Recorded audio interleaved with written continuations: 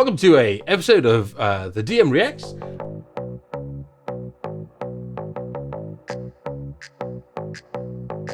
My name is Ramji, and as many of you know, I don't really watch TV. What we do is we go off and find interesting Dungeons and Dragons related video or TV content from around the world, and then well, you get the wonderful pleasure of watching me watch it. So, with no further ado, let's see what this is. Wow. Old school Ranger. Hey, that's Tiamat. Yes, Tiamat, the mother of all dragons. And that's wonderful. That is a barbarian from in the manner of the old D&D cartoon, the Horned Helm and the club. That's what they call it. I wonder if they're going to have the rest of the gang. Yes! Oh, I think it's Sheila was the name? Yes. The monks, and they're all there. Oh, yes. Wonderful. This is wonderful. So, back in, I think it's the early 1980s, maybe, give or take, when I was but a wee bairn, as one might say, there used to be a cartoon show called Dungeons and Dragons, and it was basically based on this group of kids that went to a fairground and got on a ride and then somehow found themselves in a mysterious world filled with danger and fantasy and dragons and things. One of the main protagonists was a Tiamat, the mother of dragons, an amazing character. And then, of course, we have these are noble heroes. I believe it's like Sheila the monk with the staff, the glowing staff. There's Uni the unicorn, going left from right. There's Uni the unicorn. There's Bobby the barbarian, I think runs some alliteration perhaps. I can't remember the name of the thief, but she has a wonderful cloak of invisibility. I don't know, maybe Hank the wizard. I think it was a Hank. It sounds like a Hank. He probably was a Hank. Eric the cavalier, and then I don't know what the ranger's name is, but he had a bow that was super cool that we all wanted, which would basically pull it back. This golden string would appear and a magical flaming arrow would appear inside it, which was pretty, very, very, very, very cool. Not even pretty very, but very, very cool. And I think, honestly, one of the defining things for many of us in the generation was Rangers don't get that. And why ever not? Why is that bow not in the game? That bow has never been in the game as far as I'm aware. And why not? It's the coolest thing. Nevertheless, how very cool.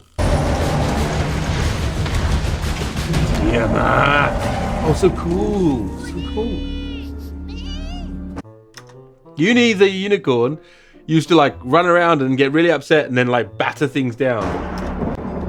Oh, I love this. I don't know what this is, but I'm loving it. Venger! The villain! There were two villains. There was Tiamat, who no one really understood, but was this big scary dragon, and it wasn't so sure that necessarily there was a villain as opposed to just like the background for evil in the game. Like she was just this force of nature. Versus Venger, who is this very specific character that was out to attempt to capture or destroy these our band of plucky heroes.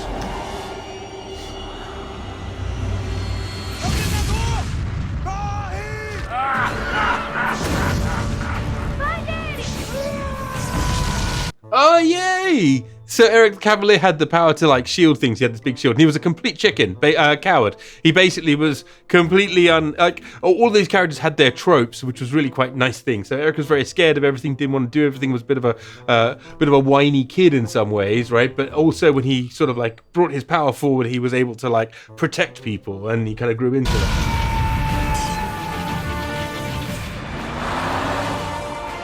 Oh. It's a Kara. Dungeon Master! So Dungeon Master was this character that was clearly based on Yoda in many ways, but is the archetypical Dungeon Master for us all. Wearing like his little red cloak, is a sort of, you can see on the right hand side of the screen there, sort of gnome type figure, long bearded hair, a bit Pai Mei-like, but I mean, I think this is an interpretation, but nevertheless, would be there to like guide these characters through their adventures.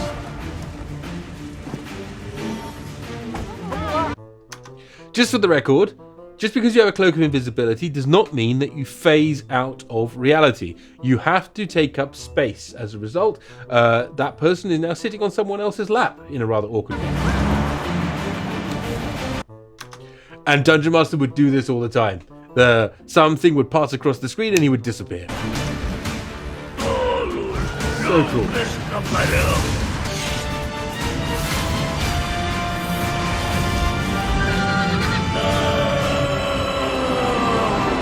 So cool.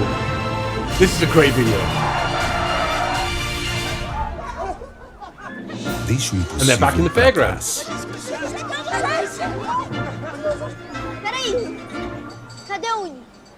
Ah, você fala português? O SUV dos compactos. So, I don't speak very much Portuguese, I'm afraid, so you're going to have to do this in English. But if I did speak Portuguese and I lived in a Portuguese-speaking country, I would be wanting to buy a Renault Outsider right now. If you are watching this from somewhere where you can buy a Renault Outsider, then go buy a Renault Outsider, because they have made the coolest advert I've probably seen for a long time.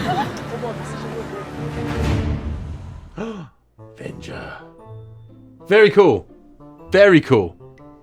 Bravo, Brazil. Bravo. On that note, some Stranger Things. The devil has come to America. Dungeons and Dragons. At first regarded as a harmless game of make-believe, now has both parents and psychologists concerned. This was in an era of D&D known as the Satanic Panic, where people were concerned, probably, I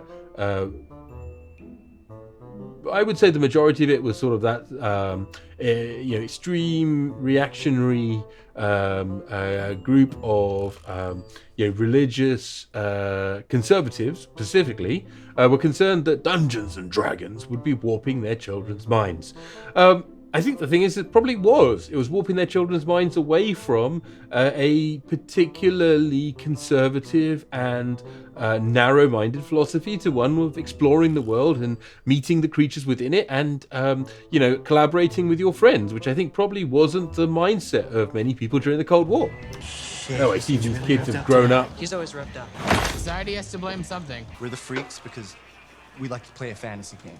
But as long as you're into band, or science, or a game where you toss balls into laundry baskets, it's forced conformity. That's what's killing the kids! I mean, I broadly agree with him, but I think you can see on my face, I'm just sort of rolling my eyes and just thinking, oh, teenage angst, oh, that's great. Why do people watch this? Lucas has to do his, balls and laundry baskets game, so he's not gonna be able to make it to Hellfire tonight. You saying Sinclair's been taken in by the dark side? Something like that? Something like that? Jesus Christ. And rather than find a sub for him, you want to postpone the cult of Vecna? I don't want to postpone it. Vecna, one of the original baddies of Greyhawk, the setting, and really a incredibly, dark and mysterious evil that spreads its way across the D&D lore for many years. The god of secrets, eventually, and has been in many campaigns, including the one many of you have watched, which is the first series of Critical Role. Nancy!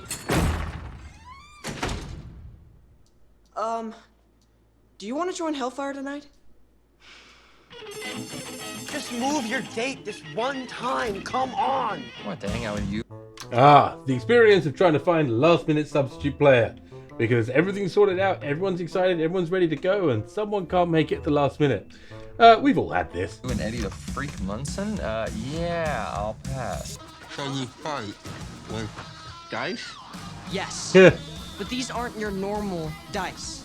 They have up to 20 sides. They've up to 20 sides. If I play, do I get one of those cool t-shirts? Yes. Really? Everyone gets a t-shirt. We make them ourselves. And if you're being sarcastic. Just being sarcastic. My mom says the game promotes Satanism and animal cruelty. That's just bullshit media propaganda. 60 Minutes begs to differ.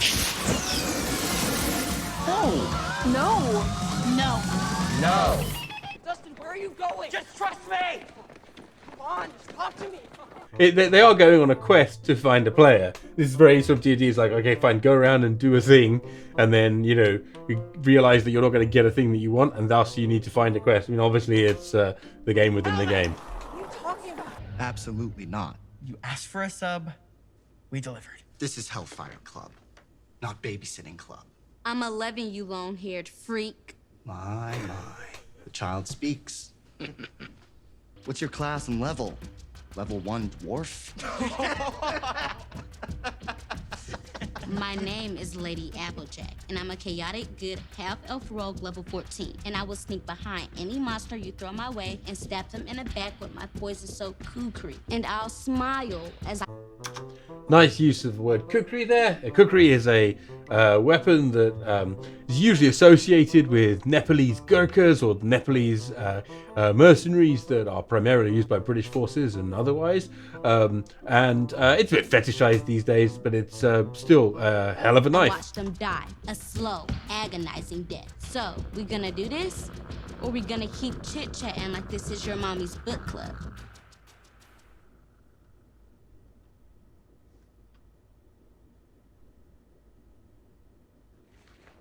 Welcome to Hellfire. The hooded Game on. cultists chant.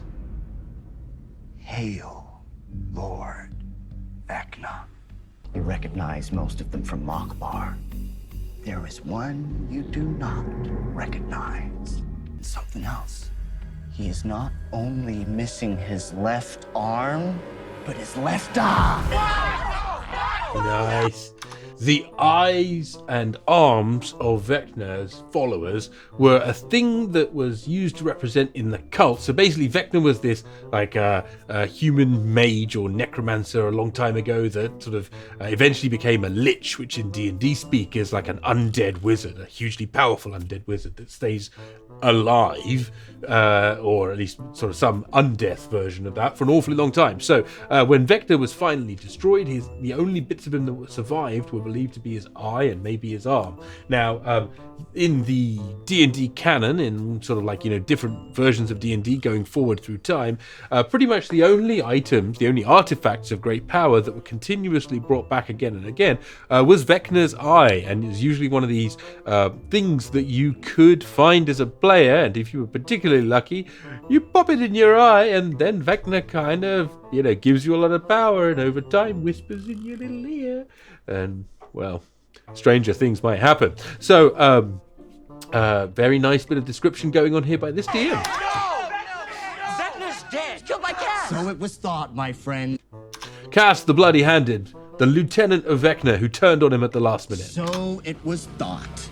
But Vecna lives! Vecna Lives was, I believe, a name of a supplement for Dungeons & Dragons. I don't think it was particularly very good. You're tired. You are injured. Do you flee Vecna and his cultists?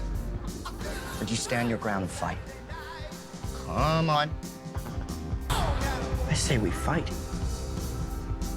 To the death. To the death. To the death.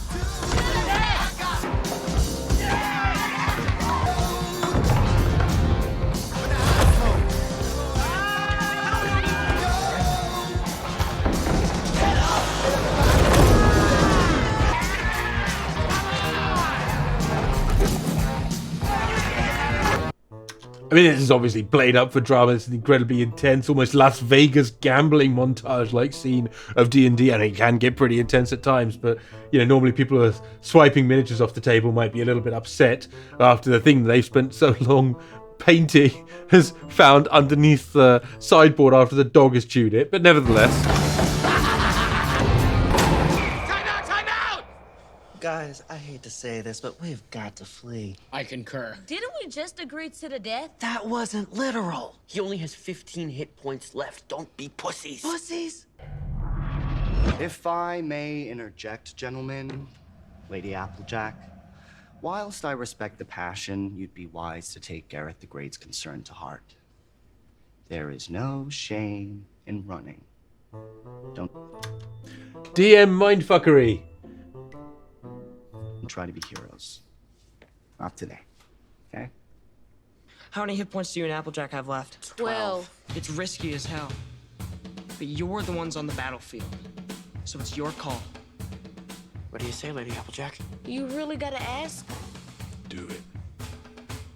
Let's kill the son of a bitch. Chances of success are 20 to 1. Never tell me the odds. The odds. Give me the D20.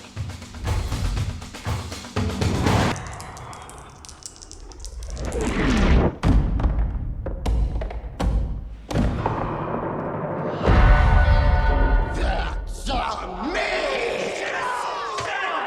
Yes.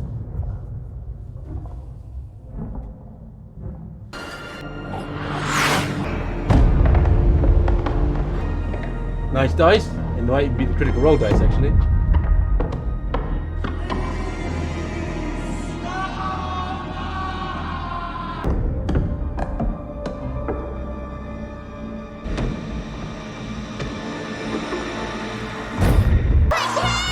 Natural 20! That's why we play. That's why you play. Yeah! Nicely done. Nicely done, Stranger Things. Very nicely done. Well, shit, I've read the wrong person plays this game. It can warp their mind. And they confuse fantasy and reality, and innocent people die. I mean, it's been happening all over the country. It's like an epidemic. Yeah. He's the wrong type of person, right? You know, he got lost. He thought Chrissy was just a part of his sick game. And chances are he's still in the game. Meaning, He's gonna kill again. would Chrissy want us to just stand by while the cops go around pursuing some bullshit leads? Spreading rumors saying she's some druggie? No! No, she wants us to go out there. She wants to do something about it, wouldn't she? Yeah! Then let's go on some free! Yeah! For Chrissy! Yeah! Let's go!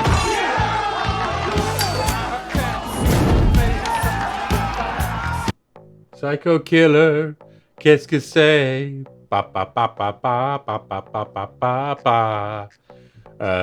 I think the only thing I really enjoyed about that, other than of course the references to the Satanic Panic, was the sound of talking heads in the background. And those of you who aren't aware of talking heads, you should probably go and take some time to educate yourself on the wonder of David Byrne and his musical entourage.